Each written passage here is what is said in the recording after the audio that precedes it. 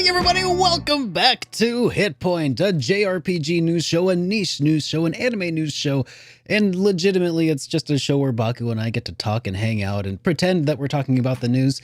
Hey everybody, it's good to have you on this fine Monday evening. Baku-san JRPG, how are you doing this evening? Doing good, man, but you're giving it away. Now they know that this is not really a show. This is just us just hanging out. This is just me and you on a Discord call. Oh no, the jig is up. But Yeah, man. regardless of whether or not this is truly just Baku and I catching up or actually talking about news, we will be talking about some upcoming games. We'll be talking about rumors, previewing trailers, and we'll be answering questions and comments from the Super Chat at the end of the day's episode. Normally, we stream every Sunday at 7 p.m. Central, 8 p.m. Eastern Time. However, we are gathering here today on this fine Monday evening because of scheduling conflicts. So instead, and by the way, we will be doing this again twice more before this situation has resolved. But for the time being, I am streaming every Sunday now instead of Mondays over at twitch.tv/SuperDerek where I'm playing through Golden Sun, and on Mondays, Baku and I will catch up and continue on. And it's a handy thing that we did because there have been announcements all the way up until right before we went live. Oh my god. So I'm writing the doc and I'm like, all right, Derek, it's done. And then after I send it off to him, I'm like, oh, wait, nope, one more piece of news. Okay, now it's done. Yeah, down to the wire. But Wait, one more thing. Oh no. Up. I know. Oh my god. And then on top of that, some people in the chat probably saw a little request, a plea for your energy as Baku spent the last few moments between writing the rest of the docket and fixing his computer. So far, Yeah. knock on wood, things seem to be holding up, although we may be on shaky ground. So if we do encounter any technical issues, just bear with us. I mean, you always do. Appreciate that as always, guys. Baku, aside from the craziness of everything, how has your week been? Let's catch up a little bit. This weekend was actually pretty good. So yes, the reason for the delay from Sunday show to Monday, it's all me. You guys can blame me. This How is not Derek. dare It's all you. me. How dare me? I'm actually going out of town like for 3 weekends out of the month. So that's why we couldn't do the Sunday show. But we're trying to find like a good like default day. Like, hey, we can't do the show. We'll just do it for this day. It'll just be like automatic, so you don't have to think about it. Yeah. So we're working on that. But this weekend I went to Pennsylvania. It was really nice for all the overseas folks. Let's just say that I traveled about 5 hours up north to a resort. And it was just like a much needed rest. Then guess what? I come back tired. I turn on my computer. I play some games. It's good. Today I turn on the computer and all of a sudden the graphics card decides to just like, not play ball. So I don't know what's going on, but you win some, you lose some. That's what's going on with life. How about you, Derek? What's been new with you? Oh, well, since you asked, I've also went out of town this weekend, but I returned in time for the Sunday stream. But Amy and I, we took Friday off, went up north a few hours, about 5 or 6 hours to South Dakota. Not quite as probably nice and cool as Pennsylvania, but we went to a car show, which was pretty cool. Got to see a lot of nice new cars, or not new cars, nice old cars, some really cool stuff. Her grandfather brought up his 1940 Ford two-door sedan, which is it's really nice. And yeah, so we got to go see a whole bunch of new cars and just kind of wander around and explore his old stomping grounds. It's a town he originally like grew up in and stuff. So it's like, yeah, it was just a big kind of fun thing. Spent the entire weekend outside. I don't know if you know this based on just how pale and pasty I always am, but I am not used to being exposed to the sun whatsoever. So man, that took it out of me. And that was that. And then, yeah, it's a 5 hour drive out, 5 hour drive back over the course of like 3 days. I am exhausted. And then today, I've been working on for work. I over the last few weeks, I've been actually building a filming studio Oh, for what? my work because apparently I have like some expertise in this sort of thing, and Apparently. apparently Apparently.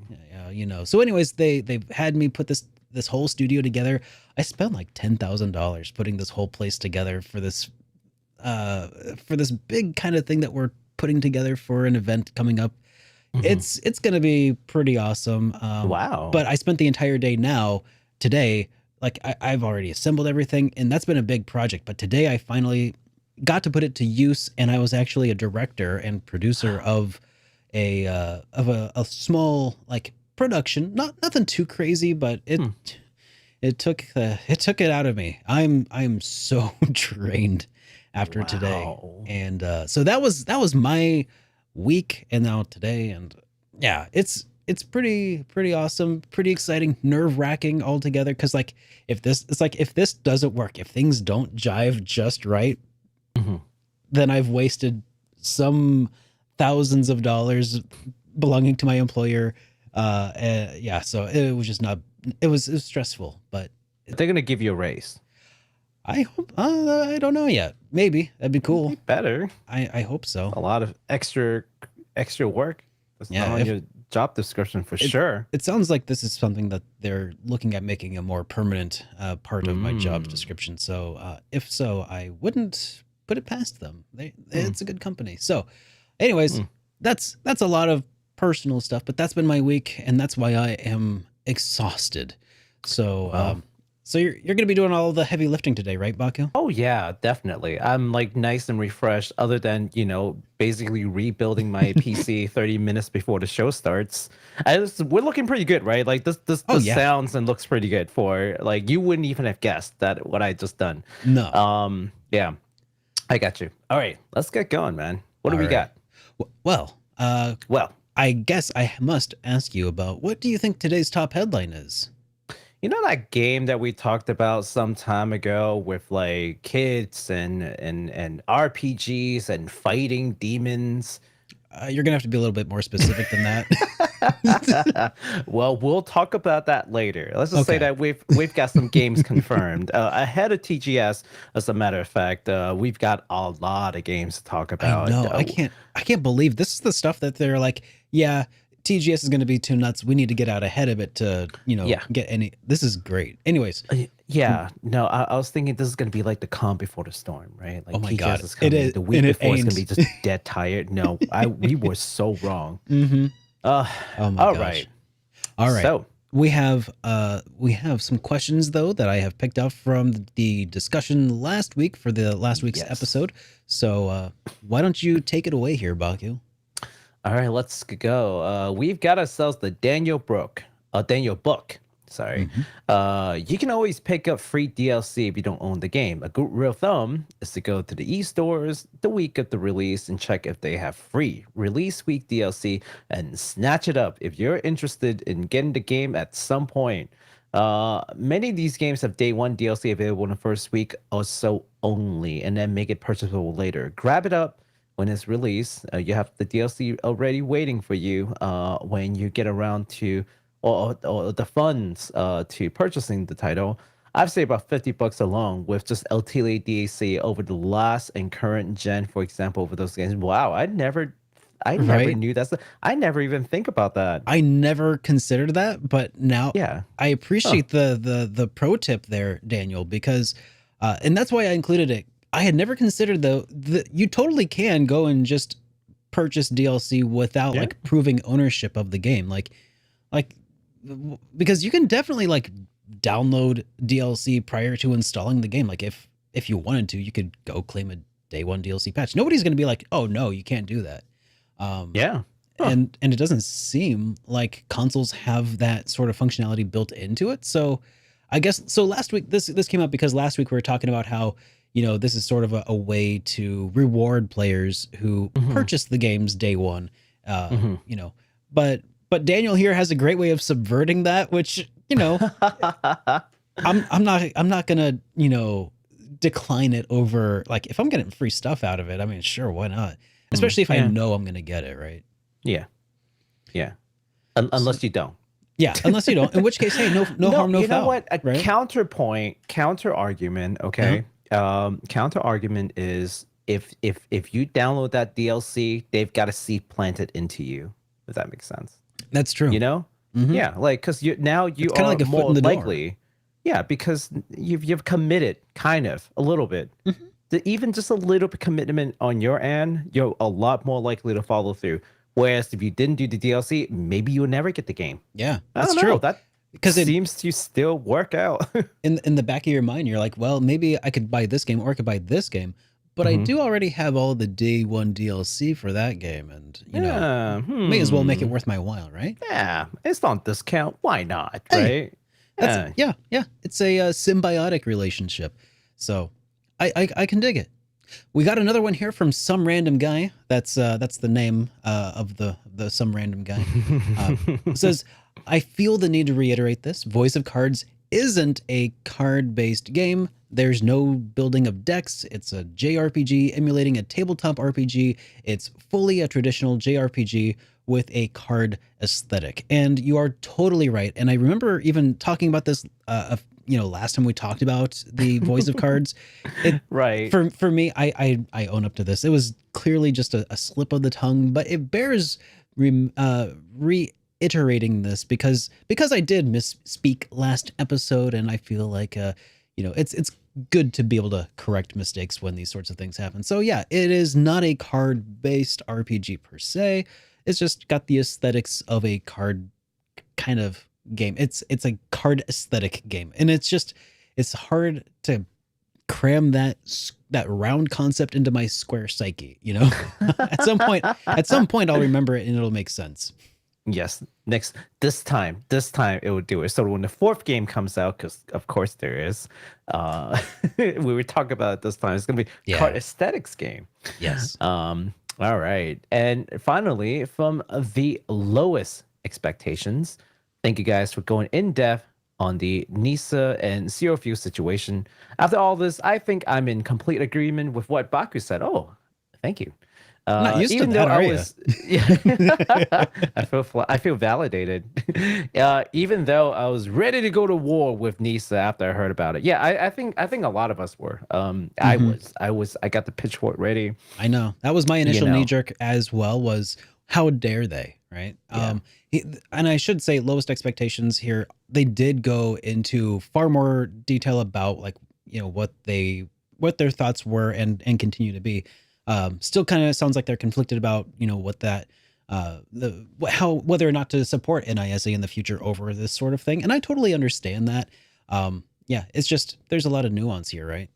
Yeah, absolutely. It's not a simple, like, black or white, situation for sure. But, I just, like I said, I just wish that they had handled it better. I just wish the execution was better. And I fully expect that it is the legal team doing all of this. And I still think the PR, the marketing team's like, why won't you talk to us before you make these moves? I know. And we will have a little bit to add to that story here in a moment or two. But before we do, I also have a voicemail that we should play. And I'll go ahead and play that now. Yes. Hey there, guys. My name is Austin here. I have a weird question for you. Have you ever played the PSP game Blade Dancer Lineage of Light? I played it, I started playing it a couple weeks ago, and I only got through the first hour. It was so boring.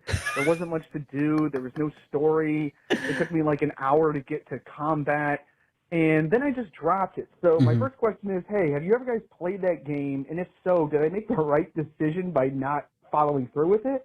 And two, I always feel guilty about not finishing a game that I start. And have there been any games that you just dropped because the opening was just so poor and it didn't grip you? Love the show, guys. Thank you so much. Bye-bye. You know what? There's an awesome reason I couldn't wait to play this, because I own Blade Dancer and never played it. So Blade Dancer on PSP. I'm kind of I mean, I hate to say it, but like, oh, they're talking about it. My interest is piqued. Other people have heard of this game. Maybe I should look it up and check it out. Uh, but here's the immediate thought that came to my mind on 2 points. Two different, or the same game come up twice. He said, are there, he's talking about whether the game's any good or not. I've never played it. I have heard of it. In fact, I went ahead and just Googled it just to find out, like, is there any general sentiment to it? Like, seems like it's kind of like generally an all right game, not awful, but not great. I think it was on a list of hidden gems on a Metal Jesus video from like 4 years ago. Okay. That's about the most notoriety that it has, as far as I know. But anyways, so I've when he mentioned dropping it after an hour or so, and how it took like an hour to get to combat. You know what other game takes about an hour to get into combat? Persona. Yeah. I Exactly. mean, more than Persona- an hour, but For me, it was like Persona 3. It was Persona 3 FES. That was the very first Persona that I had ever played before. And when I played it, it took about an hour to get into combat. Did not really care too much for it at the time. And it was Persona 3 FES. That was the very first one that I ever played. Dropped it. Eventually, I came back around to it, obviously, and the rest is history. But that was my introduction. So on 2 points, I can relate. So is Blade Dancer Persona 3? You be the judge. yeah, absolutely. I mean, it could be a hidden gem for you, or it could just remain hidden and never come out again. I mean, not all gems are necessarily, worth anything. Like, yeah, that's true. That's true. Bismuth is a gem, I think, or it's at least a crystal of some sort, and that's in Pepto-Bismol. So, I just finished Persona 4 on stream, and it was 2 streams of no battles, or stream and a half of just exposition. I was like, yep, I should have known this Persona. And also, look, if you're gonna drop a game, for every second that you're not spending on a bad game, you could be spending that on a good game. So that's the cost of playing bad games. So no, don't feel bad. Yeah, I mean, you have finite amount of time. Just use it wisely. You're describing opportunity costs. Another thing, I think this keeps coming up. Opportunity costs are definitely a thing. So basically, what Baku said, every dollar that you are spending on a Big Mac is a dollar that you are not spending on saving up for some more RAM for your computer. It's basically, it's not just, is it worth it on the face of the dollar value or the time value, but is it worth it for, like, in comparison to the other things that could be spent on enjoying every moment that you're not playing, I don't know, a gacha title or an MMO. You could instead be playing some classic, like Legend of Zelda: Link to the Past, Chrono Trigger, which again is kind of, I think, a big reason why people like to replay games a whole lot, is because it is a known value, right? They know that, sure, this other game might be really great, but this is a known entity. We know that we're going to get a good value out of this time with this game because we already did, right? Yeah, absolutely. By the way, for that face value cost that you're thinking about, that's called an accounting cost. Oh, okay. Yeah, there's a word for that. Awesome. Yes. I now I know. I'm learning stuff. I'm gonna have an accounting degree by the time this podcast is over in 17 years. Debit and credit. Let's just start with that. All right. Hey, I got an A in my accounting class. Yeah, that's awesome. Not to brag, but what? No, why no A plus? I don't think the school is A plus. Actually, I don't know. You're just not trying hard enough, Baku. You need to retake it. You know. Time to get that 5.0. That is the running joke on stream. Speaking of stream, what's your schedule like nowadays? My schedule when I stream on Twitch is currently every Monday. Well, for the next couple of weeks, it's every Sunday, Wednesday, and Friday from from 6 p.m. to about 9 p.m. But once we were back on our normal streams, it'll be on Mondays instead of Sunday. What about you, dude? I don't know. I Okay. honestly don't know what's going on right now. The PC issues has kind of... Yeah, the PC issue is the big thing. Yeah. I want to start Trails in the Sky 3rd, finally. Yeah, because I promised that I'll play it after Persona 4. Oh, wow. But with the computer the way that it is right now, I don't know what's gonna happen. Like I I was mean- streaming the other day, I was doing like a palette cleanser. I'm playing a game called Sumide.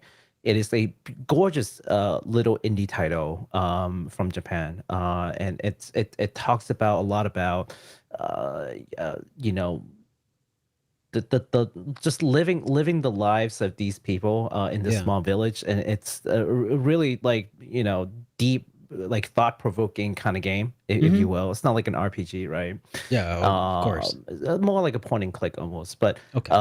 yeah, it's a great story, but it's very low system demand and it still crashed. So I'm just like, well, if I can't handle this, I don't know if I'm handling Trails. So we'll see. But Yeah. otherwise, it's going to be let's see here, Wednesday through Saturday is for me. All right. Well, I hope That's my that you're days. able to get to the root of that issue. Yeah, let's hope so. Yeah. So All right. I do have an update now regarding last week's top headline, which was that, you know how I had reached out to NISA to find out if they had some sort of statement that they could give us hit pointers here about the situation with Zero Field, the cease and desist that they issued. And Yes. I don't really have a whole lot of commentary to add to it, but I will go ahead and just read it on stream because I did reach out to them. And they did say that on August 31st, by the way, this is all a quote, on August 31st, we contacted Zero Field to request that they cease work and distribution of the fan translations that infringe upon the intellectual properties of Nihon Falcom, in which NIS America has a legal interest and representation in North America and Europe. NIS America appreciates the passion and the energy that they have for the series and understands that these requests are disappointing, disheartening, and frustrating to the community. But we need to protect both Falcom and our own business interests. We encourage Zero Field to apply to any position openings to work together in an official capacity. So that sounds really about as great as you could, I think, maybe ask for in a situation like this. Like, Yeah. they've basically confirmed kind of our hypothesis of this being, you know, very much a business related decision. They didn't just go and stick their hand in a hornet's nest just for the fun of it, right? This is Yeah. definitely at the behest of, you know, business interests. But it sounds nice that they are at least leaving the door open for them to try to work together in an official capacity. You know, even if that might not be in the way of like the same way that they worked with Geofront, right? Yeah. Yeah, it's very interesting. I think the big thing for this is not so much the translation itself, but the injection tool that is causing a lot of problems. I think. I think that is probably the injection tool, Yeah. or not the injection, but rather the overlay tool. Oh, the overlay tool. that- Yeah. That probably started really catching the ire of legal. Yeah. I mean, because other resources still exist that allow people to play those games, like being able to play using walkthroughs online walkthroughs, for instance, that kind of tell you what's going on and how to proceed. So, yeah, I mean, you can still enjoy the games. It's just I think you just can't quite play them in a way that is a facsimile of like an official release, and I think Yeah. that was probably the big part of it. Manipulating the software in a way is you're treading dangerous grounds in a legal sense. Yeah. Well, I don't want to really dive too much further into that. I feel like I kind of said my piece last week. So, Yeah. how about we dive into the news? Yes, let's talk about that. So, Oh man, just one bad news after another. Hey, listen, guys, we're only messengers here, okay? Don't get mad at us, right? But there has been yet another delay for Monochrome Mobius. So Aqua Plus had just announced that it has once again delayed the launch of the upcoming title for the Utawareru Mono series, Monochrome Mobius Rights and Wrongs Forgotten. It is the longest title. I know. It's just Aqua Plus has cited the team catching Corona as the reason for the delay. They've also mentioned that the the affected employees are all recovered, so no need to worry about that. But the release date has been pushed back by another month, going from October to November. So it's really not even a big thing. I don't. We have so many games this year. I know. You know what? Listen, hey, Aqua Plus, make it 2023. Yeah, take your time. We got too much. We have. It's such a packed. So many games. It's such a packed quarter. Yeah. I hope they understand they're fighting against a lot of like giant titles in November. Like October-November timeline is a lot of games trying to make it in before the holidays. Yeah. Like you're competing against a lot of giants here. Like I don't know about this. Utawareru Mono is pretty known in Japan and kind of known outside, but not quite as big as like I don't know Valkyrie Elysium or Star Ocean. So, you're fighting a lot of games Utawareru Mono though is like related to Sakura Wars, which has been out and a pretty big name for a while. Not huge, but pretty big, right? Sakura Wars? I thought so, wasn't it? No, Sakura Wars is a completely different thing. Is it not? What's the Sakura Wars from Sega? There's like a fighting. Am I completely mistaken? I think you are. Yeah, Sakura Wars is Sakura Tyson. It's a different. It has like robots and stuff. It's in the like Taisho era in Japan. Okay, yeah, just don't pay any attention to what I'm saying. I'm working from memory here, and I thought it's okay. I thought that they were connected, but I must be mistaken. No, I don't believe so. And if they are, I'd be extremely surprised. Yeah. Yeah. All right. Well, disregard that. I'm just spreading lies here. I think the new release day is not bad. So, but hey, you guys should know if you're looking for it. I'm looking forward to it. The game actually looks really good. Okay. Yeah. So, moving on. Let's move away from all the delays and all like the bad. So let's talk about like new things that's happening. Yeah. Let's talk about a little gem called Little Noah Sign on Paradise. There's a second free update that's live right now with the addition of Witch's Trials after clearing the game. There's also a second paid DLC pack that is also available now with Uma Musume tie-in. So if you know what Uma Musume is, great. And if you're interested in that game, great. If you don't know what it is, yeah, I don't think you're missing out, honestly. It's a weird thing where Japan has ran out of things to turn into idol girls, anime girls. So now they're looking at racehorses. So they took actual racehorses in the Japan, whatever derby, thing that they have, actual horses, and just turned them into idol girls. Incredible. Happens to be, and it's a huge thing in Japan. It's very popular. It's a very popular like mobile game. I couldn't get into it, but it's a thing if you want it. So there you go. If it tickles your fancy. All right. Well, so we have something for those who are less equestrian inclined. So, Stranger of Paradise Final Fantasy Origin, the Wanderer of the Rift is a new DLC to be released in which features the new Blue Mage class, chaotic monsters, and new missions starring a longtime Final Fantasy favorite, Gilgamesh. Yes, Gilgamesh. I'm so excited to see Gilgamesh. I love Gilgamesh ever since FF5. All right, and we have a trailer to watch for it as well if you're interested. Are you? Do you want to take a look? You want to see Gilgamesh? Okay. I love Gilgamesh. Let's go. All right, let's check it out. Looks like he has company. I look forward to doing this again. 2,000 years. The battle of the big bridge. This is a dude you've got to watch, or you got to fight, huh? a lot better than it was memed up to be.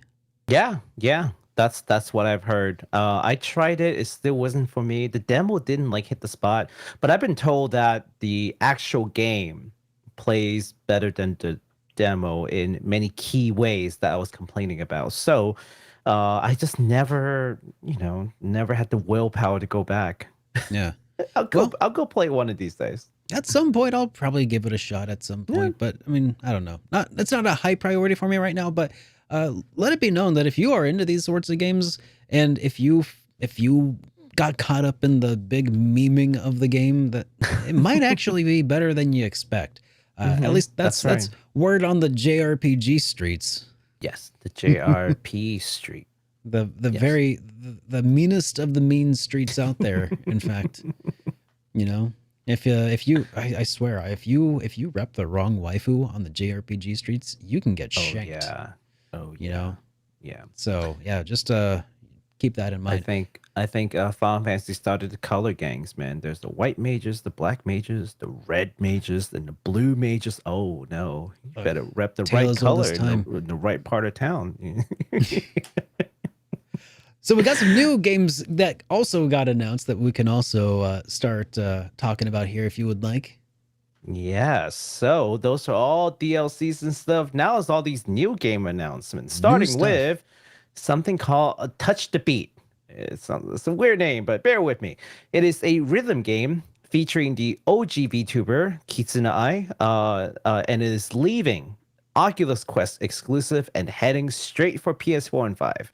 While this game is primarily played as a VR title, and so it will naturally support PSVR and PSVR 2, the developer has said that they will be adding a non-VR mode for the console. So people like me who just can't really deal with VR but actually likes rhythm game could also enjoy this. So there isn't a new trailer, but there is an old trailer that still shows you more or less the same gameplay. So we can take a look at that really quickly, just so you have an idea. Okay, yeah, let's give this a go. Yeah, you've piqued my interest. We shall see. Wait, no, that's not the right trailer. Yep, that's not the right one. Here we go. This is the right one.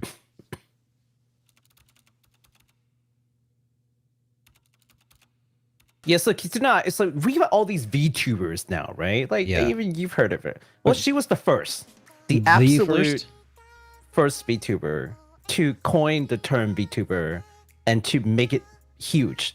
3 million follows on YouTube ain't nothing to scoff at, right? So interesting. Yeah. I think it's going to be a lot like Project Diva for anyone who has played the Project Diva games on PlayStation. Like I think I've already told people this. I'm a huge Miku fan, so I play a lot of rhythm games. So this you've seen the VR version, which looks more like what is it called? Like a little bit of Beat Saber. Maybe like Beat Saber, yeah. But I think when you turn to the console version, it's going to be more similar to Project Diva and like hitting the different beats. So I wonder if it will involve more use of like the what are they called? Analog sticks, maybe? Yeah, maybe. That could be interesting. Since it seems to have a similar... I don't know how I would do that otherwise. Yeah, I'm curious as to how they would actually do the D-pad like version, if you will. But yeah, this is the game. It looks really interesting. So there you go. It is coming to PS4 and PS5. Okay. Huh. Yeah, that looks surprisingly like pretty well put together for a trailer of something that's VR. Like for some reason, I just still have this in my mind of VR being this very beta experience, like where everything's just sort of glitches out all the time. I think that my perspective of VR at this point is still just really behind the times because I don't have a way of playing it. And the last time that I think I saw a lot of VR content and getting a lot of attention was like when the Oculus One was like a decade ago, pretty much. Yeah. Just coming out. So like, I think that the last big game that I saw was like this Gladiator game that still looked kind of glitchy and like, I don't know. It's been a long time. It looks like, anyways, point is looks a lot better than I would have expected from a VR trailer. So Yeah. By the way, if you guys ever see like rhythm games in HitPoint, I have taken over. yeah, it's That's what Baku's happened. doing. Uh-huh. Yeah. Although Well, I'm let's kind of move away from surprised that that, huh? I'm kind of surprised that there aren't more like RPGs with these sorts of rhythm-based experiences built in. Like, I don't know. I mean, there are some every once in a while. Yeah, I think there's one that's very notable, and that's like Crypt of the Necrodancer. Hyrule of Cadence. Yeah, Crypt of the Yeah, Necrodancer, yeah, Cadence same. of Hyrule. Same Yeah, same people. Cadence of Hyrule, Cadence of Yeah, Hyrule. yeah. Yeah, yeah, those kind. Those are really fun. We were talking about that new game that they were making just now too. So Yeah, that's right. actually, now that you mention it, no, there didn't we talk about this one RPG, like this indie RPG, where like the battle had some kind of like music, like Yeah, yeah, we we did. did, right? Uh huh. Yeah. It's been a Well, little there's while. that. Wonder I how forgot that what that was called, but we totally talked about it. we did. Yeah.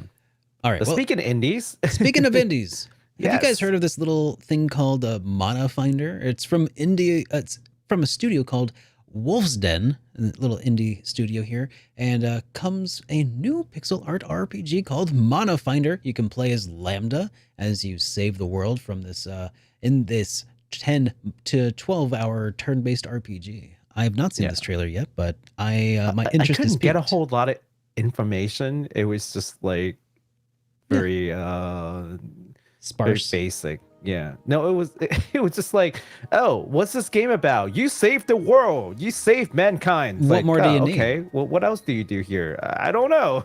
What more do Just you need, watch though? the trailer. So Generic. It was like ultra generic information that I got. Like, I I'm sure will- the actual game is better, but you know. I'll say though that the overworld, the black outline around objects kind of reminds me a little bit of Earthbound, you know. Oh yeah. But The art's pretty nice. mhm. Ooh. Yeah, it's got the Earth Bounty kind of what's it called? Yeah, kind Visual when it comes the- to battles. yeah. Oh, the character sprites Oh, or portraits look what? pretty all right. Yeah. So this is not a long game. No. The 10 to 12 hours estimate actually came from the developers themselves. So, yeah. Expect a 10 to 12 hours or so gameplay. You know, I will say that I do like a shorter RPG. They're usually really great for a palate cleansing experience. Yeah. Indies, yeah. the one thing that I really love about indies is that they respect the player time because they also have to respect their development time. and they're not It's just true. gonna pad things out because that just exponentially increases like play testing and That is true. yeah. The art in this is actually pretty awesome. I'm kind of interested here. Yeah. Look at like those attacks, those from behind character animations. That's pretty impressive actually. So Manafinder, yeah. There you go. it's coming out on the 5th of October of this year, coming to PC via Steam. Yeah, it's coming very soon. Very soon. Indeed. Less than a month. Actually, 2 weeks, right? 2-3 weeks. Yeah, about.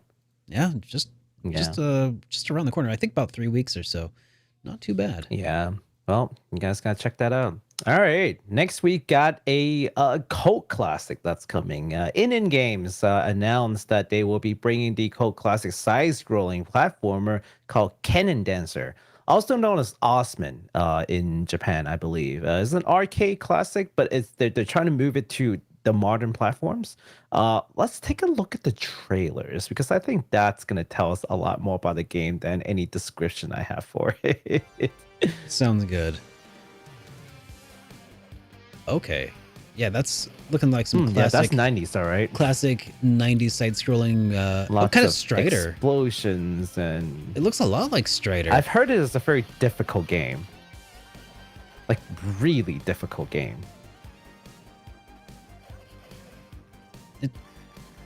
God, this is a forgot lot who like was Strider. playing that. Is this a same like series as Strider? This looks so much like Strider. I don't know actually. I just remember watching someone stream this at some point in time, and I was like, "What the heck are you playing?" Oh, it was Pan. I remember who was playing this now. This guy I watched on Twitch. His name is Pan. Pan was streaming this. All right. Cannon Dancer. Cannon Dancer. There you go. That looks so much like Strider. Oh my gosh. That looks good, man. It looks good. So yeah, it caught my eyes, and I remember someone streaming it. So I'm like, hey, it's coming to PS4, PS5, Xbox One's Xbox Series, and the Switch early 2023. There will also be a physical limited edition for PS4, PS5, and the Switch version of the game from Strictly Limited Games. And pre-order will begin September 17th, 6 p.m. Eastern time. So if you're interested in picking that up, if that's sort of like your thing, I love old school platformers, arcade games, and you like having a physical copy, there you go. Strictly limited games, it will be doing that for the PS4, 5, and Switch version. You're very welcome. Early 2023 shipping. Incredible, man. That looks awesome. And Strider, it just looks like Strider. It looks like a either a spiritual successor or maybe a game in the same series. That is so similar. Because I never played Osmond or the original name Cannon Dancer. Never played it, but I played a bit of Strider, and it was pretty tough too. Anyways, let's go ahead and move along to another little indie game. So we were completely off with the NISA showcase. I was kind of hoping for some, a lot of trails actually, but instead of news of Disgaea and trails, they did give us some news on a couple of other games. And first of which is Void Terrarium, where you play as Robbie, the robot, tasked to keep Toriko, the last human, alive by building a terrarium for keeping her away from the hostile post-apocalyptic environment. And I do believe we actually showed a little bit of this a while back. We did. But, let's take another look at this trailer here, just to give a refresher. This is the English trailer, I believe. So, yes. Oh, that was an NISA event, so that would make sense. Yeah. So for anybody who doesn't remember, this is a game that has kind of a cute aesthetic, but also has really dark undertones. And this is extremely dark undertone. So yeah, little girl eating a giant cockroach, has a fungus growing out of a gaping eye wound. That's no big deal. But it's so sweet. Look at last person alive. No big deal. Yeah. Yeah. And only a robot to keep her company. Yes. Yeah, that's pretty dang grim. But and this is the second game. They already had one go at this. Man, and it looks really nice. I mean, at least this intro cinematic seems really awesome. I think it'll show a little bit of gameplay here in a little bit, but I don't know. They might show. I think they showed a little bit in the other. Yeah, this is gameplay right here. This is the actual gameplay. It looks really nice. Some gameplay. Yeah, it has a different kind of paper doll aesthetic where it looks like it's intentionally meant to look like paper cutouts and stuff, and not just a means of animating a still image. I like it a lot. Kind of storybooky. Exactly.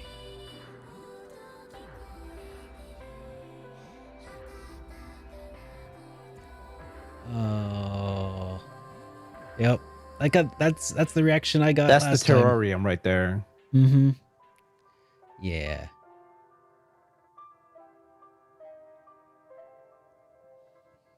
Man, I don't think my heart will be able to withstand that game. To be totally honest, it will hurt to play. It will hurt. It will hurt a little bit. But it's gonna make you want to protect this little girl. And it's gonna suck when you fail. You let her die, you monster. So it's coming to PlayStation 4 and the Nintendo Switch in spring of 2023. A limited edition of the game will include a soundtrack and an acrylic stand and an art card. So keep your eyes peeled for that. Yeah, actually looks pretty good. The music is great. I mean, that music's great. I could probably just chill to that OST, but I mean, you know what? Nipponchi has made some pretty relatively low budget, but also impactful. Like just a joy to play kind of experience. Yeah. And not like crazy heavy 100 hours RPG. So sometimes you kind of need those palate cleansers, and this could be one of those games for you. Next up, we've got a game called GrimGrimoire, OnceMore. And this is not exactly a new game, but a remaster to the original GrimGrimoire. It is actually a Vanillaware game in PS2 in 2007. I actually didn't know that. Now, this is a 2D real-time strategy title where players will control the newbie mage Lilette Blanc as she uncovers the secrets hidden inside the Silver Star Tower. Let's take a look at that trailer to see some gameplay. I'm really hoping this one has gameplay because I saw gameplay in the Japanese trailer. Yeah. I've had my eyes on GrimGrimoire. I've actually been meaning to play it for a while, but yeah? I mean, I've got a PS2 copy of the title, but well, I don't know. We'll see what they do. Now you can play it here instead. Now I can buy it again in HD. You buy it again. The art is amazing. I mean, it's Vanillaware, It's Vanillaware, of course.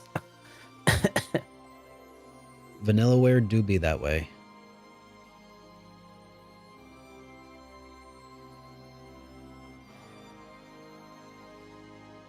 GrimGrimoire. Once more.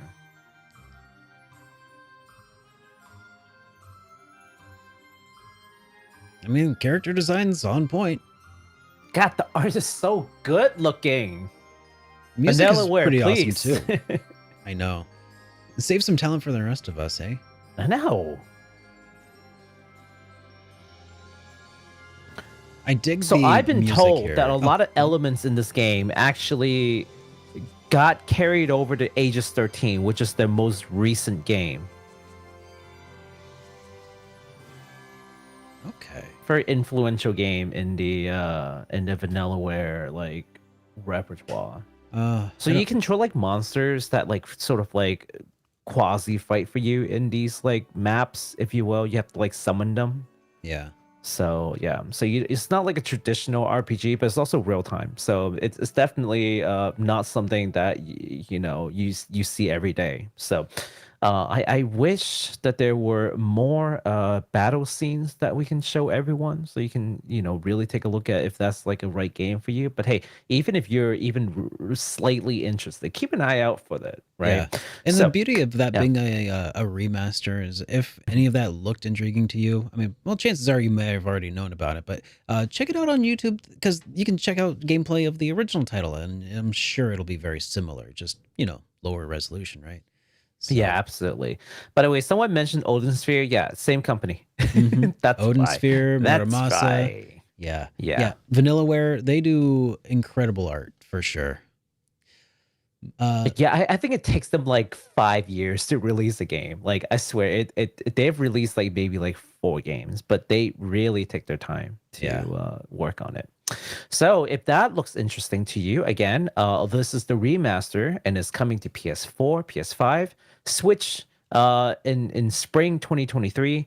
There will also be a limited edition available, which includes an art book, a 2-disc soundtrack, a cloth poster, an acrylic stand, and some keychains and art cards. So a huge package. Actually, the keychains look pretty good. I was gonna say some of the it sounds kind of like GrimGrimoire got a little bit more to it than this little Void Terrarium too. I kind of well, I mean, it is a Vanillaware. I guess they're allowed to crank out the cool stuff. Of course, they're gonna have an art book. NISA is doing the publishing. That's why. Yeah. Okay.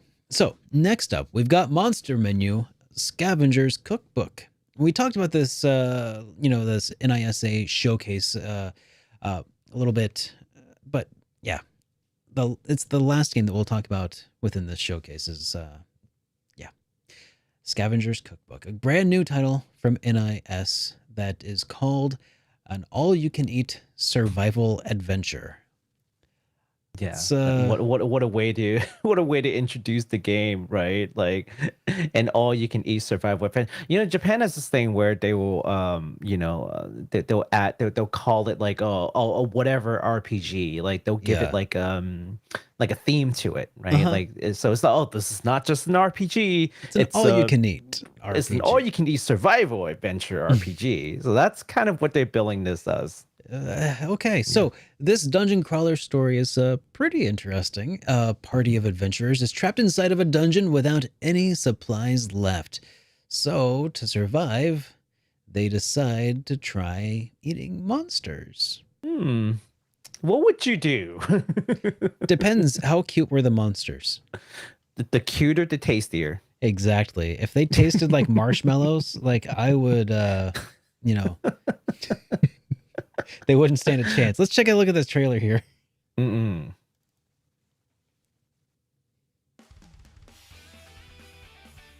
Monster burgers. So, Disgaea, but, not.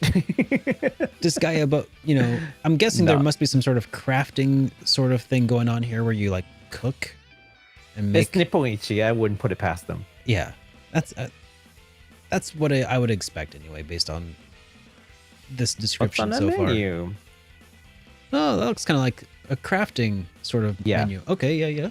Yeah, so making these dishes will give your party like buffs, and some of them will like the taste, and some of them will not like the taste. They'll develop like some kind of like taste profile for different these guys. Probably like, yeah. I wonder if they'll get like different stat boosts based on the monsters that they customization. eat. That would make sense, right? Oh, you can change the class and everything. Hair color, pose, mix and match. Oh, that's all fun. Right. Looks pretty flexible. Yeah. The field exploration. So here's the dungeon crawling, right? Okay, so it's not a first-person dungeon crawl. Yeah. Oh, thankfully. Looks like a tactical kind of RPG. Yeah. Yeah. Looks stylish. I like the look of the grid on that. Monster-infested labyrinth. You mean food-infested labyrinth?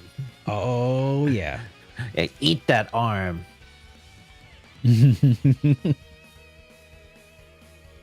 Well, it's like some things are edible and some things are not edible.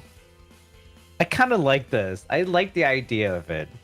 I like the idea. Some of my favorite work and some of my favorite works in like anime or these kind of games are just, kind of asking the questions that people really ought to be asking. Once you have sort of played through a lot of these games that are kind of like samey, for example, right? Like I think one of my favorite anime is called Maoyu, right? And it basically talks about the hero fighting the Demon King and what happens after the hero wins. What happens after you're done fighting the Demon King, right? But we never really think about it, but it's kind of like a given. Yeah. In a lot of these games, we just assume same thing with this. We just assume that it's happily ever after, right? Right. But they explore like these things that like we don't really think about, but we should. This is the same. It's like, well, if you're stuck in a dungeon, I mean, you just assume that you can get out, but what if you couldn't? Sure. Get out. Yeah, what if you couldn't get out? Out of supplies. What would you do? So always like these kind of things that really tackles what is it, like the script? We call it the script, right? Really tackles the script of like a standard RPG, if you will. Yeah, and just really challenge some of the thinkings and put a spin to it. I love it. So we'll see how that goes. All right. So it is coming to PS4, PS5, and Nintendo Switch in the spring of 2023.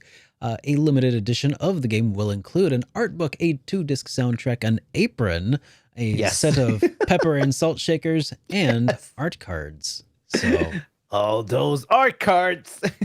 I like the idea of getting an apron. I like the idea of merch that like or collectibles that really tie into the theme of the game. I like that a lot. And actually useful, right? Yeah. I mean, Yeah, of course I would salt never and pepper use it. sugar. I might get something on it. Oh, the I salt might and use pepper the pepper sugars, and salt maybe. Yeah. shaker. Yeah. Yeah. Probably not the apron, but it's just nice. I mean, heck, you can even hang the apron, and it's just like nice decorative touch. That's true. Even if you never cook in your life, you can just hang and just pretend that you do. Mm-hmm. All right, so now we've finally gotten to the game that we were talking about earlier with the kids and the fighting of demons and the saving the world. Persona. We're not, and it's not Persona. Oh. Although I'm not gonna lie, when I was reading and when I was writing the docket and when I was writing about the game, I was thinking about Persona really loud all the time. The game, of course, that we're talking about is called LOOP8. Now we covered this some time ago. I forgot what it was. It was right after a Nintendo Direct. it was a Nintendo Direct, yes. But they had only talked about LOOP8 only in the Japanese one. But we wanted to talk about it anyway. Well, I wanted to talk about it anyways because it looked even better. So this was right after the Nintendo Direct that I first called it the JRPG Direct. Yeah, it was like 7 months ago. Yeah. And it was the Nintendo JRPG Direct is what I called it. And I'm like, we got to talk about this one too because nobody's talking about how awesome it looks. Yeah. Like Live Alive. Really awesome. Yeah, it was like Live Alive. It was Xenoblade. It was what else was talked about during that time? Front Mission, right? It was a whole bunch of those games. Advance Wars. Yeah. Advance Wars. But of course, one title stuck out to us, which is LOOP8, because again, it was only covered in the Japanese one and not the English one. But now we finally got news for the international release. So this game is going to be released and published with Exceed Games with a new title called LOOP8 Summer of Gods. It is a coming-of-age time travel RPG, and it will have English dub. Yes. Yeah, I know. A lot of folks are like, yes. And I think we talked about it, but before I was used to be in a camp where I'm just like, oh, why do you care about the English dub so much? Like, just read it. But there are people who are actually dyslexic and like it's really hard for them to read subtitles. So I totally get it now why English English dub is necessary for a lot of you guys to enjoy the game. So consider myself learned and consider yourself lucky that this particular title has English dub. So this game follows a protagonist named Nini. And Nini will be fighting off these evil forces known as Kegai. They're lurking about Ashihara, where the story takes place. The cast will repeatedly relive their lives in Ashihara to try and eliminate the Kegai once and for all. So that's part of the time traveling mechanics is the repeating of events. It's like so that's hence the word loop in yes. Yeah. It's eight is because it's the 8th month, but I wasn't sure what they meant by the 8th month, so I don't want to dive too into it. But the number 8 is also important here. So kind of reminds me so far. I just want to mention Higurashi or not Higurashi. Disappearance of Haruhi. Disappearance of Haruhi Suzumiya. It was the NS8. The Endless 8. Yes, and it's a loop. And it's an. I sat through the entire Endless 8, by the way. You watched all 8 episodes? I knew what was coming and I watched it anyway. I did it. Yeah. I sat through it. I earned my my spot. You earned your spot. Yeah, no, but Higurashi, I mean, you're still right about Higurashi, though. They are reliving. Yeah, and they're trying to change, and maybe more so Higurashi, because Higurashi is reliving those couple of days and trying to change the outcome. I think this is gonna be about the same. They're probably gonna get destroyed. They have to relive and try to like figure it out. So, or they can't save everyone. Then you have to go back and try to like make changes and try to save everyone. Like I don't know. It's interesting, but what's also interesting is there's something called the Corel system that changes the emotions and relationships of the characters that appear depending on the player's choice throughout the game. And we talked about how that you have to like read the emotion and understand the emotion of the characters. So we're like, translating this is going to be really rough. So I can't wait to see what the English sub for this will look like.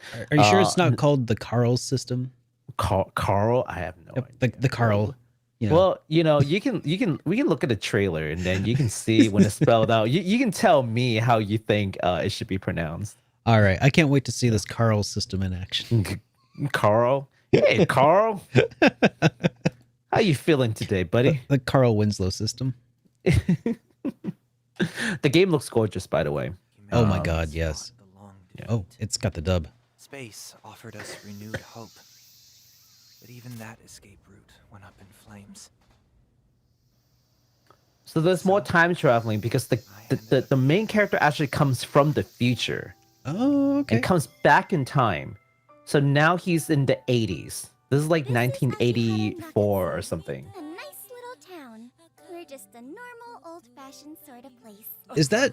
Oh, so you're the new guy. That sounds like the voice actress of So you must be him. Nice to Not- meet you. It's time oh, for what's her class. name? Nice Nanako? to meet you. Sounded like Nanako's Nanako? voice Really? actress. Natural laws, logic, even modern science. So these are K guys. Lie and exist Yeah. These completely giant outside our reasoning. monsters. That outsiderness is what defines them.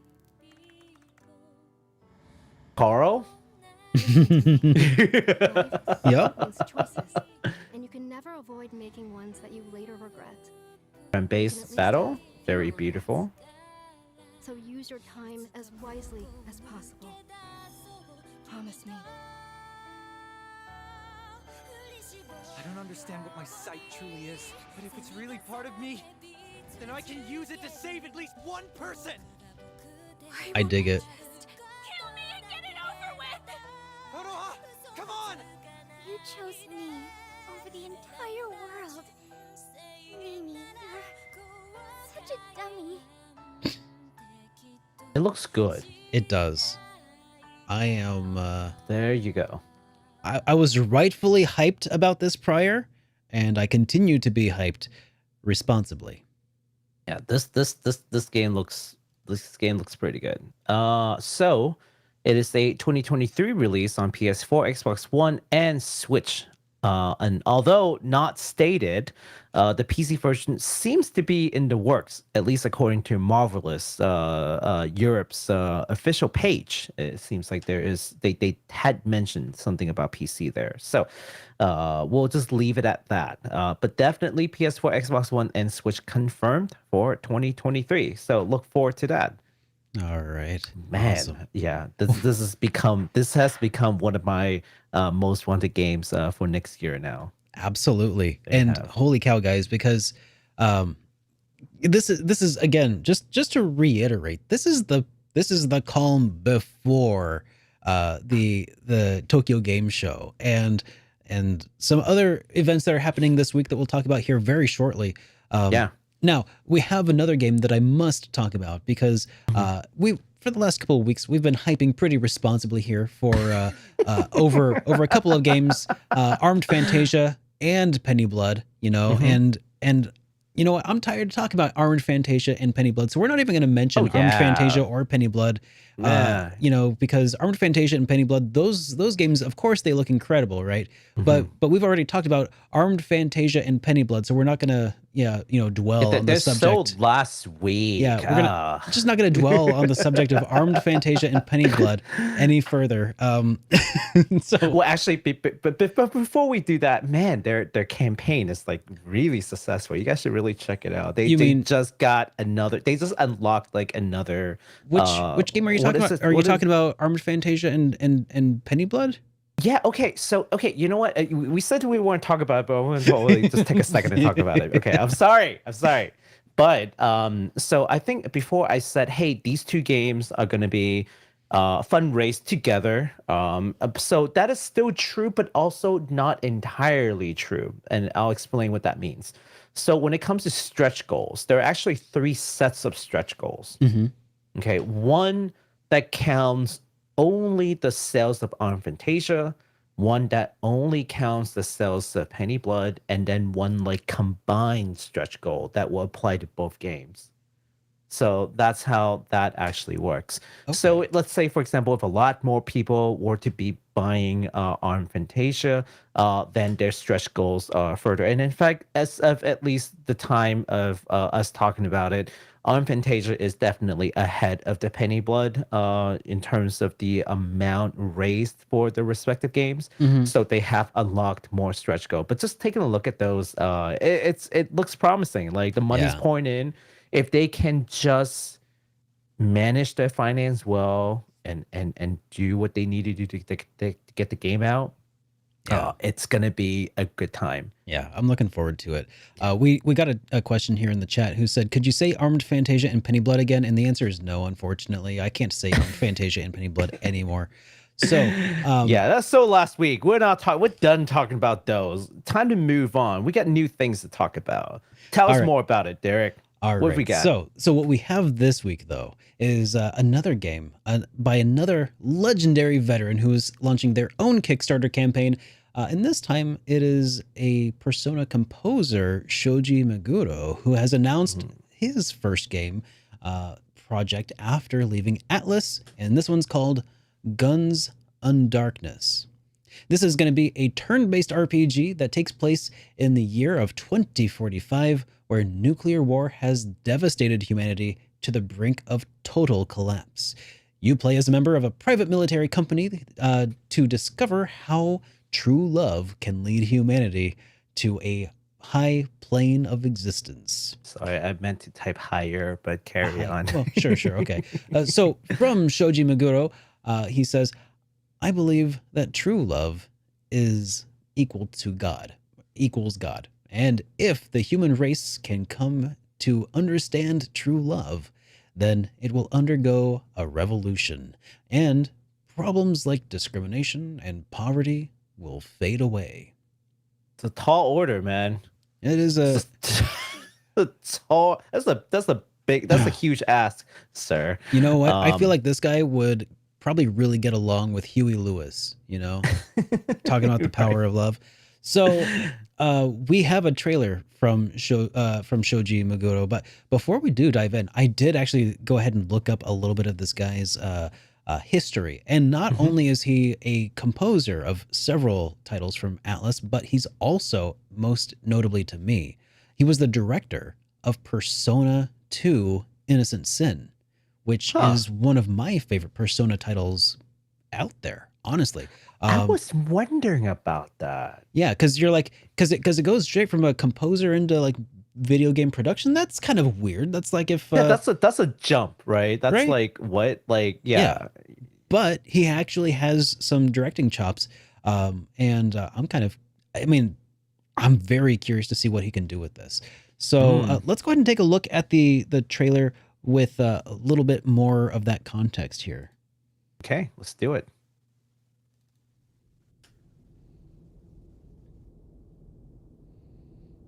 So this is a trailer from last November because I really couldn't find a newer trailer, but I would suspect that there would be a newer trailer coming soon.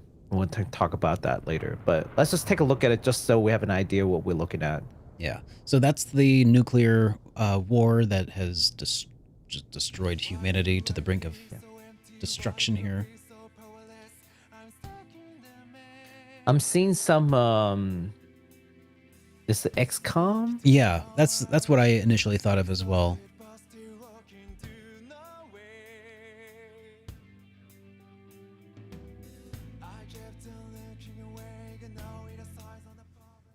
Character design. Oh, the person who did the character design was also involved with Ghost in the Shell 2045, I think. Oh, no kidding. 24 something. Yeah. Not 2045, 2405. Couldn't tell you. 2045. That's in 20 years. My knowledge of, I was going to say my knowledge of Ghost in the Shell unfortunately began and end with the movie that got really popular. So yeah, I don't really know my Ghost in the Shell, but yeah, apparently someone who did the character design also worked on Ghost in the Shell. So pretty cool. Yeah. All right. Yes. So the gameplay that they showed looked interesting. not exactly like my current cup of tea, but that's not to say that I'm not gonna enjoy playing it when it eventually does come out. But yeah, it's got my attention, and I'm kind of curious to see what they can do with it. I mean, the composer, the director, obviously, that's gonna be. It's got my attention. Yeah. Yeah, and this is like pre-production stuff, so like Exactly. it's going to get refined and it's gonna change a bit. So don't take this as like, oh, this is the game. Like no, it's probably gonna change quite a bit. Yeah, like at first I was gonna nitpick like the camera and stuff, but I'm like, this is a year old and pre-production. This is like not even a demo at this point. Yeah, I'll hold just off. Concept. I'll hold off and hope for a better trailer here pretty soon. I mean, so anyways, the Kickstarter campaign just started today, and it's got 31 days to go. You can find a link to that Kickstarter in the description down below. And I'm assuming that we'll probably see some more gameplay and maybe some other stuff to get us excited here before too long. And if that happens, I'm sure that we will follow up next week when we do not talk about Pennyblood or Armed Fantasia. No, but we will be talking about a lot of different things next week. Boy, oh my God, we're about to tell you why. But first, let's talk about some industry news, shall we? You bet. So, moving away from all the games that's been announced, let's talk about the new PS5 firmware update. So a huge update just dropped for all you lucky PS5 owners out there. And that includes support for 1440p displays, although there is a catch for the 1440p display option, and that is that the PS5 will not support VRR for 1440p, at least not yet. Hopefully in the future they will. No variable refresh rates? No variable refresh rate. Oh, man, that would really suck if I had either a PS5 or a variable refresh rate capable monitor with which to play. I know, like, but it's really cool that they've unlocked 1440p though. That's actually pretty sweet because 1440p is a pretty happy medium between like being 1080. really high definition and being able to run it at like a really high refresh rate. So I agree. That's cool. Yeah. I'm not sure why that's not more standard, but here we are. So so 1080p and 4K will support VRR, just not 1440p, at least not yet. The game list function, which is similar to how folders work in PS4 for any of you guys who know how that thing works. You can have up to now 15 lists with 100 games in each list. So that's going to help you organize your games quite a bit. And also the ability to compare 3D audio and stereo within a single screen, whereas before you have to kind of bounce back and forth and it was not user-friendly at all. They have changed that. Yeah. Last but not least, there are a couple more quality of life improvements that I'm just not really going to go into, but you can read all about it in the blog that they have sent out. Again, link is in the description. Yeah. You know, actually, when I was streaming on Sunday the other day, somebody was talking about how excited they were about the implementation of some folders into the new PS5 update. Oh, yeah? Some people have been really looking forward to such a feature. So that's really cool. I'm happy for them. It's kind of surprising that it would have taken so long to implement such a thing, but I guess, I mean, when you have so few people out there playing on PS5, it's hard to dedicate so many developers to refining the system at this point. Well, and that's not meant to be a burn. That's just how it is. There's few of them compared to like what there hopefully would be. Yeah. Well, it's gotten easier to get them now because you can actually buy them straight from Sony. Yeah. In fact, I bought one for my nephews. And it's one machine per account. So you can just go right now probably and get it. So yeah, if I wasn't just such a cheapskate, that would be really easy. I mean, heck, before it was like you can have the money and you still can't get one. Yeah. Now we're finally down to the point of, it is available, not widely, but, pretty much at will, you can buy one. So we're getting there. We're getting there. All right. So moving along. So we also have a little bit of additional news. So we have Tokyo Game Show around the corner. We've already talked a little bit about that, but we also have just around the corner a Nintendo Direct that's happening Oh man. tomorrow. So you can watch this on the official Nintendo channel at 10 a.m. Eastern or 9 a.m. Central Time. And according to Nintendo, the Direct will run for about 40 minutes and focus on some Nintendo Switch games that are coming out this winter. Yes. Links to that are in the description down below. But yeah, you know the drill. You know the drill. We always get you the links, man. So you don't have to go around running, looking around for links, man. We got you covered. Yeah. Now, speaking of tomorrow, man, this is interesting. This is interesting because, like, Ain't it though? When we were talking about, still me writing doc and editing at the very last minute, down to the wire, Mm-hmm. we were talking about this. So the Sony State of Play just got announced, like pretty much as I was writing the docket. Mm-hmm. Yep. And when I sent it off to Derek, and I'm like double checking to see if there are any actual like new news that come out, and wouldn't you know it, Sony State of Play for tomorrow. I'm just like, are you guys sure you're not like a little late here? But it's crazy because they're clashing with Nintendo Direct on the same day. I know. I'm just like, what is going on, Sony? You're bringing in the fight. And I guess So, they're just not, yeah. they must not be participating that much in TGS this year, I guess, if they're like preempting with their own events, right? I don't know. I don't know what at their least- intention is. Or at least first party, it seems like they're trying to get out ahead of it. I don't know. Well, I feel like they want to. It's a couple of things. One, I think they want to get people hyped up for TGS, so they're going to talk about a couple of things. I would imagine they might say something along the lines of "find out more in TGS in 2 days." Like, so this could be like a preview. yeah. I also feel like this is kind of like an A/B test Mhm. for them to be like, okay, do we really need TGS? Is Ah. our own thing more successful? There's only one way to find out, right? Well, the answer to So- that for Nintendo is no. The answer for that is for Sony is probably yes. Yeah. So if you are interested in watching this one, the State of Play is going to happen in Sony's, or I should say PlayStation's YouTube channel at 6 p.m. Eastern Time, 5 p.m. Central Time. So again, Nintendo Direct is 10 a.m. Eastern Time, and then this is going to be in 6 p.m. So 8 hours later, you'll get like another one of such show. It is going to be about 20 minutes of updates and review for about like 10 games coming to PS5, PS4, and also PlayStation VR 2. So that's something they're going to try to showcase. But they've already talked about it. They said, oh, yeah, we're going to try to showcase the VR 2 in TGS. So I think it's consistent with their messaging. So, yeah.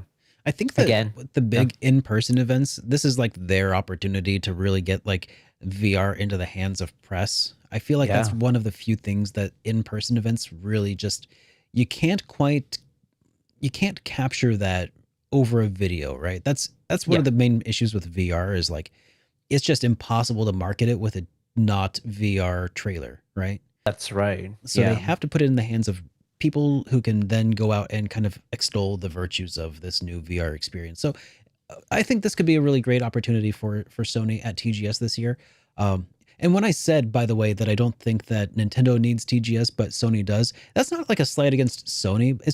It's really just an acknowledgement that Nintendo has been killing it with these Nintendo Directs, where they've become events that draw eyes every dang time with little to no notice, right? Yeah. So, and Sony's states of play, I've always felt are a little bit lackluster, but I'm hoping to see that turn around as they, come out of, out of the I'm funk. telling you, Sony, if you're listening right now, stop spending top dollars on Hollywood directors to do your like state of play, and just recognize that games is a completely different medium that you're trying to market. That's Yeah. the thing. You market games like it's a movie, and you keep showing us, oh, look at these CG, look at these scenes. Yeah, we're so jaded. Once we play the game, it's not like that. Yeah, we show us like an action scene, hype us up. Yeah, it's not going to work anymore. Yeah. Yeah, you need to show us the gameplay. You need to tell us a story. You need to take a different approach. That's a big difference with Nintendo Direct and Sony, I think. I mean, yes, Nintendo still show these kind of like videos and whatnot that's like, high octane and what have you. But they also talk about the gameplay, they talk about the story. They tell you why you should care to play this game. Yeah. And play it, not just watch a thing. And they also throw a lot of stuff at the wall. That's the other thing. It's like it's not just like here's 3 games that we're going to show off. It's like unless it's like in some cases here's 1 game and here's just a deep dive, or here's a new character reveal for a game. You know what I'm talking about. But yeah, they throw something out there so that there's almost always something for everybody. So that's right. also part of it. So anyways, I was going to take this next topic, but I felt like honestly this belongs in your hands. Really? Okay. So, so we talked about September 13th, right? That's tomorrow. Let's talk about September 14th. What's happening in September 14th? Well, I'm glad you asked. Ryu Ga Gotoku Summit 2022 is happening just the day before TGS. I know. I don't know what are they doing. So for those who don't know, RGG Studio, of course, is the studio responsible for the Yakuza series, which is a huge piece of the Sega puzzle. They were teasing, perhaps Yakuza 8, perhaps some review in the RGG Studio broadcast, but they didn't. But they did tease us about another live stream. So you see what they did there? They showed some, development screenshots, and then they're like, "Oh, there's gonna be a reveal," and then we all watched it, and then the reveal was there will be another reveal. I'm like, they're done playing us. They're done playing us. Man, they have learned well from. Anyways. They've learned well from Atlas, haven't they? Yeah. Well, I'm gonna watch it anyway. So, if you're interested in the stream, you can watch it at Sega's Twitch channel, which is very strange. Like, first they were doing it on YouTube, now they're on Twitch. At 6 p.m. Eastern and 5 p.m. Central Time again. So the exact same time as State of Play, just the next day. Yeah. Again, link is in the description down below. Thank you for handling that. I wasn't really sure if I could get away with pronouncing Ryu Ga Gotoku. I completely fudged it. I got it. I got close. Yeah, anyways, so instead, I'm going to talk about TGS, which is going to be kicking off on the 15th, and we've got a little update for you guys here regarding TGS this year, and that is just that Eiyuden Chronicle 100 Heroes will be shown by developers Rabbit and Bear Studios, and Playism have also announced that they will be at TGS this year with a brand new game along with multiple titles that the company will localize and publish for worldwide audiences. Super stoked. Playism brings. I mean, first of all, I knew that 505 will bring 100 Heroes Rising. I knew that. Yep. Was it 100 Heroes Rising or Rising was the Chronicle Rising? Yeah. I forgot the title. Sorry. Yeah, it was Eiyuden Chronicle Rising. Rising. Yes. Yeah.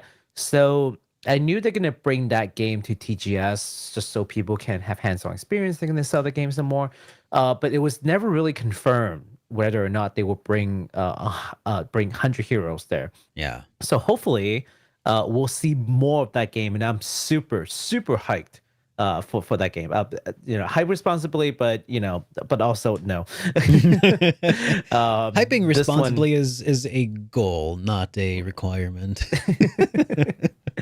And then also Playism actually brings a lot of smaller titles from indie companies that are really just really worth playing to the West. A lot of visual novels, of course, but even if it's not visual novels, just small games from indie developers in Japan who otherwise would not be able to get the games out. Playism has gotten a lot of these like cult games out to the West and enjoyed by a lot of people. So I'm glad that they are going to be localizing yet some more games, and they'll be announcing those. So that's actually pretty big news. No AAA titles here from Playism. Never AAA from them. But you want some small little games, palate cleanser games between those 100 hours RPGs? Yeah, Playism's got you covered.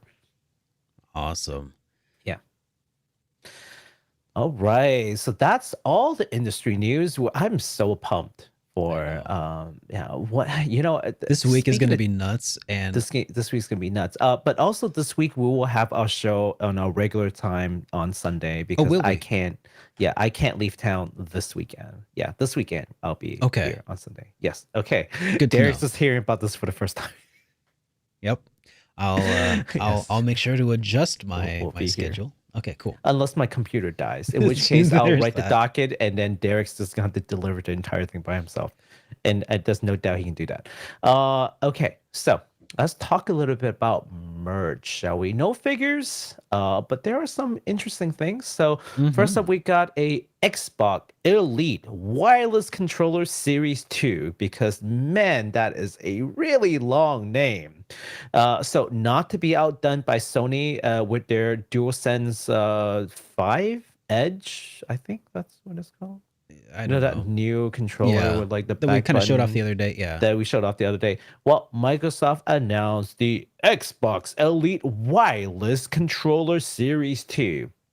Now, the core controller will feature adjustable tension thumbsticks, rubberized grip, shorter hair trigger locks, button mapping options, and roughly about 40 hours of battery life. All right, rechargeable. They'll also be releasing something called the Complete Component Pack that will also include interchangeable thumbsticks, different paddle shapes, a D-pad, finally a D-pad on a controller. Wow. Okay. Carrying and charging case, and get this, a USB-C cable. Oh my. Wow. Okay. Yeah, it's Microsoft branded. Ooh. Yeah. Interesting. That was what that's Audiophile one of the grade. item.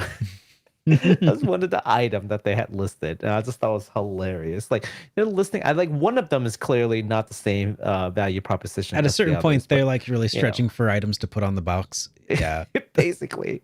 And get this, there's a trailer that we can watch. Well, we watched the Sony trailer, so why wouldn't we watch the Microsoft trailer? It's only fair. All right, let's give this a gander here.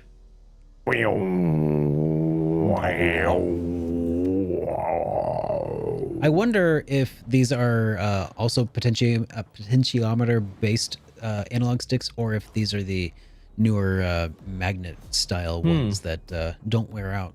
Can't remember what those are called, but I have no idea. $130. Okay, for a controller. Well, 'cause you're a pro.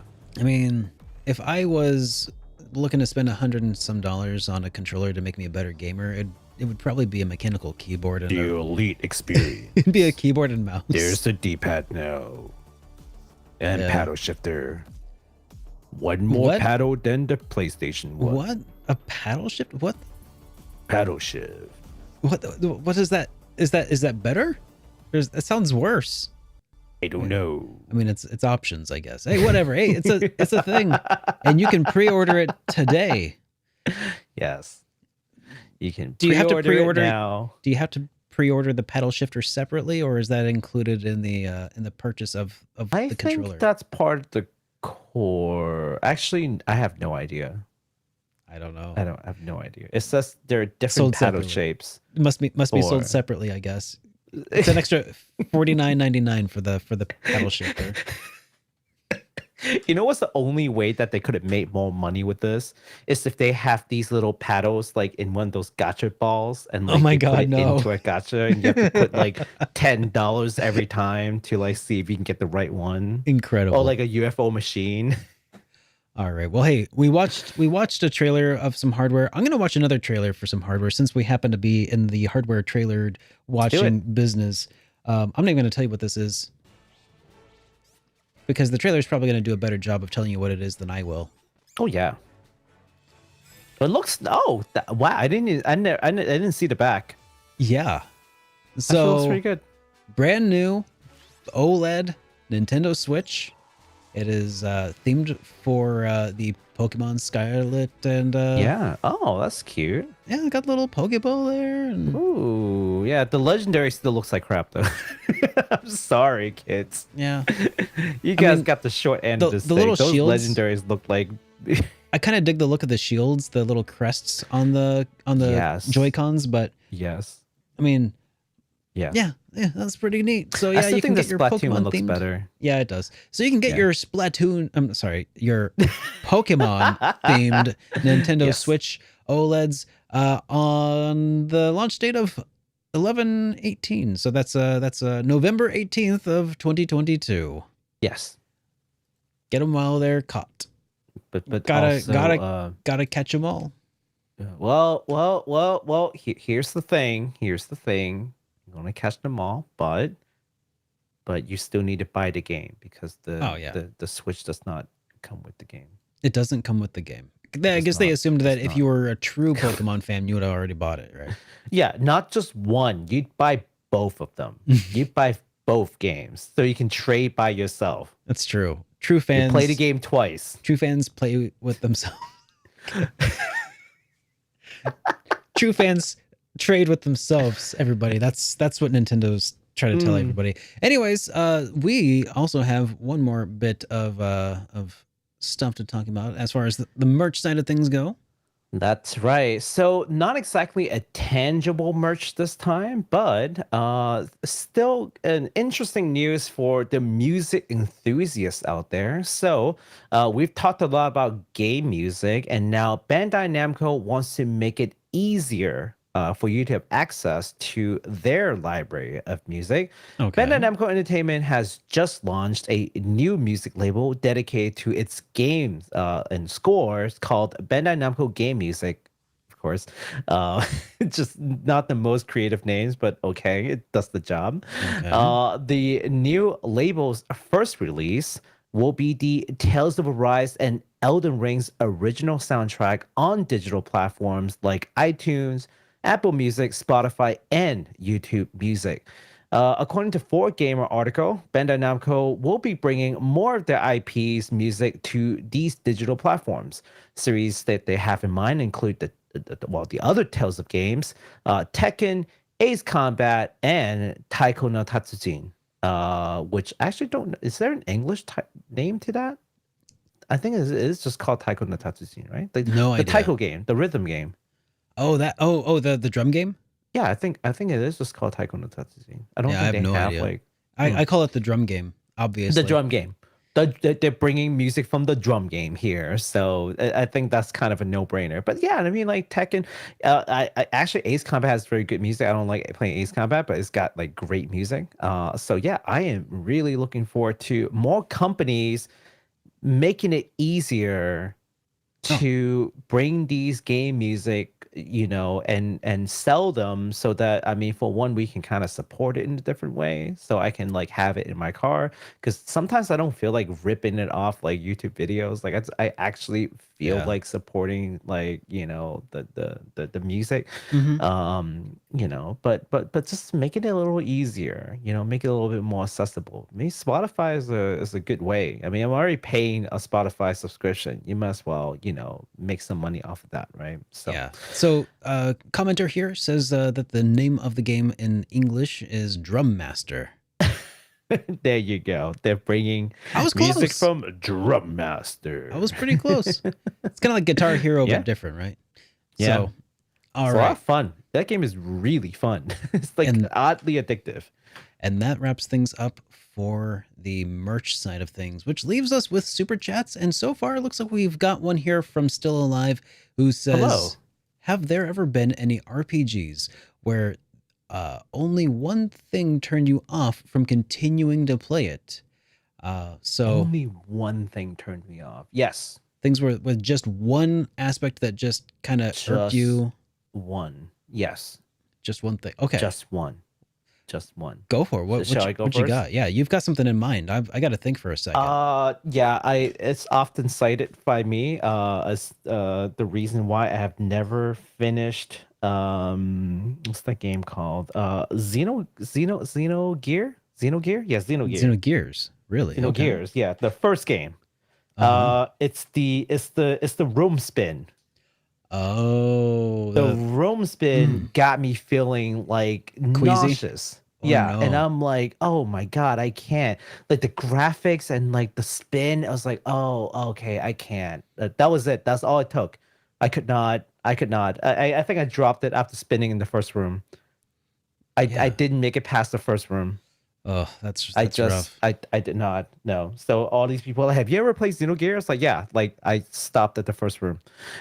I mean, I have that's all it took. I've dropped games for worse reasons than that. Mhm.